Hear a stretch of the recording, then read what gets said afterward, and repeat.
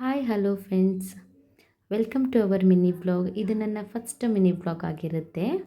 ಇವತ್ತು ಸ್ವಲ್ಪ fridge clean ಮಾಡೋದ್ರ ಬಗ್ಗೆ ಹೇಳ್ತಾ ಇದ್ದೀನಿ. ನಾವು ಯಾವಾಗಲೂ 15 ದಿನಕ್ಕೊಂದ್ಸರಿ ಫ್ರಿಡ್ಜನ್ನ ಹಾಗಾಗಿ ಕ್ಲೀನ್ ಮಾಡ್ಕೋಬೇಕು. ಯಾವಾಗಲೇ ಫ್ರಿಡ್ಜ್ ಕ್ಲೀನ್ ಮಾಡ್ಕೊಳ್ಳಿ, ಫಸ್ಟು ಮೇನ್ ಸ್ವಿಚ್ಚನ್ನ ಆಫ್ ಮಾಡ್ಕೋಬೇಕು. ಯಾಕಂತಂದರೆ ಎಲೆಕ್ಟ್ರಾನಿಕ್ ಶಾಕ್ ಆಗೋ ಚಾನ್ಸಸ್ ತುಂಬ ಇರುತ್ತೆ. ನಾನಿಲ್ಲಿ ಫ್ರಿಡ್ಜ್ ಕ್ಲೀನ್ ಮಾಡ್ಕೊಳ್ಳೋದಕ್ಕೆ ಬೇಕಿಂಗ್ ಸೋಡಾ ಹಾಗೆ ವಿಮ್ ಲಿಕ್ವಿಡು ಮತ್ತು ಲೆಮನ್ನ ಹಾಕಿ ಫ್ರಿಡ್ಜ್ನ ಕ್ಲೀನ್ ಮಾಡ್ಕೊಳ್ತಾ ಇದ್ದೀನಿ. ಇದ್ರ ಜೊತೆಗೆ ವಿನೆಗರ್ ಕೂಡ ಯೂಸ್ ಮಾಡ್ಬೋದು, ಅದು ಅಷ್ಟೇ ಒಳ್ಳೆ ರಿಸಲ್ಟ್ ಕೊಡುತ್ತೆ.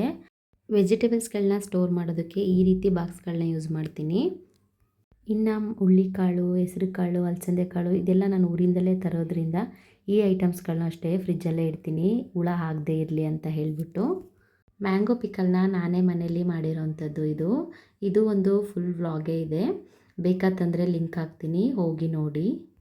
ಹಾಗೆ ಅವತ್ತಿನ ಸಂಜೆ ನಾನು ನನ್ನ ಹಸ್ಬೆಂಡು ಮಾತಾಡ್ತಾ ಕೂತ್ಕೊಂಡಾಗ ನಮ್ಮದು ಹಳೆ ಫೋಟೋಸ್ ಬಗ್ಗೆ ನೆನಪಾಯಿತು. ಇನ್ನು ಆಗೆಲ್ಲ ಟ್ರೆಂಡ್ ಇದೆ ಅಲ್ವಾ, ಫೋಟೋಸ್ಗಳನ್ನ ತೆಗೆಸ್ಕೊಂಡು ವಾಶ್ ಮಾಡಿ ಇಟ್ಕೊಳ್ಳೋ ಅಂಥದ್ದು. ನನ್ನ ಹತ್ರನೂ ತುಂಬ ಫೋಟೋಸ್ ಇತ್ತು, ಅವ್ರ ಹತ್ರನೂ ಇತ್ತು. ಅದರ ಮೆಮೊರಿಗಳನ್ನ ರಿಕಾಲ್ ಮಾಡ್ತಾ ಇದ್ವಿ.